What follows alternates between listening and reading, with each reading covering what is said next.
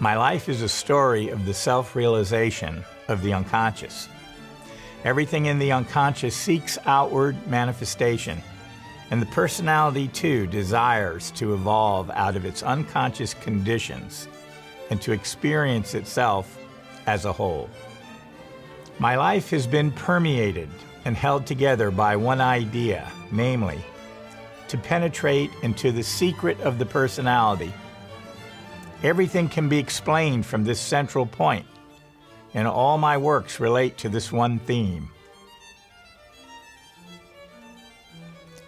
The psyche does not only reveal itself in the doctor's consulting room, but above all, in the wide world, as well as in the depths of history. Welcome to the 12-part course, Encountering the Psyche, Fundamental Concepts in Analytical Psychology, offered by the C.G. Jung Library of Tampa Bay. I am Angelo Spoto, your instructor for the course. My overall learning objective in this course will be to give you a working knowledge of Jung's model of the psyche, developing key concepts and vocabulary that have current relevance and value for your own self-knowledge and self-understanding. Jungian psychology is in the lineage of the oracle at Delphi's command and admonition to Socrates, know yourself. I also want to provide you with an experience of encounter with Jung's understanding of the psyche.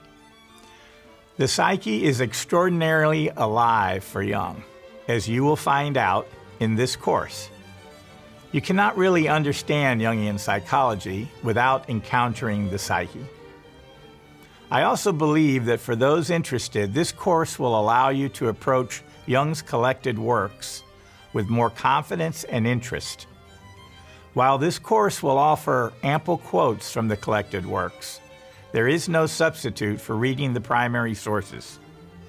This can be a daunting task. However, his writings, challenging as they are, when reflected upon in earnest, will take you deeper, guaranteed.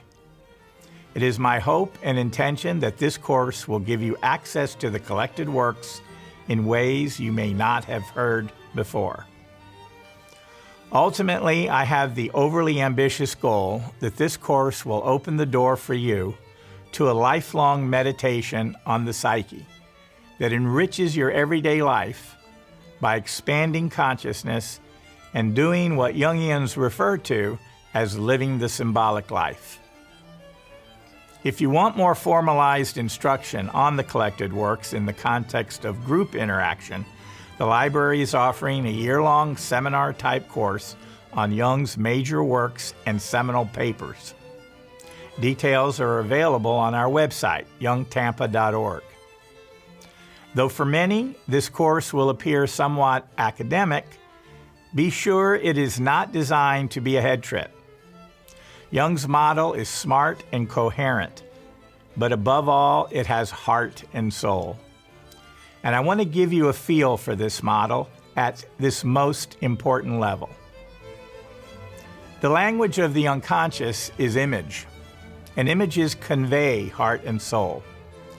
So perhaps we can start with one. I like to use the image of the cathedral to describe Jung's achievement. Jung almost single-handedly built a cathedral to the psyche. The image of the cathedral suggests an immense effort over a long period of time that points to something worthy of reverence and awe. The psyche is just that for Jung, worthy of reverence and awe. Some builders of cathedrals devoted their entire lives to doing this work, dying before seeing its completion. However, always in their efforts, they worked in good faith and with goodwill. That is also reflected in Jung's commitment to understanding, relating to, and picturing the psyche. The course will begin with an overview of Jung's life and work, accenting major events in his life and several of his major publications. This is, after all, a course offered by the Jung Library, so I will be emphasizing Jung's own writings, as well as books by others in the Jungian world that may be relevant to the subject at hand in the first module.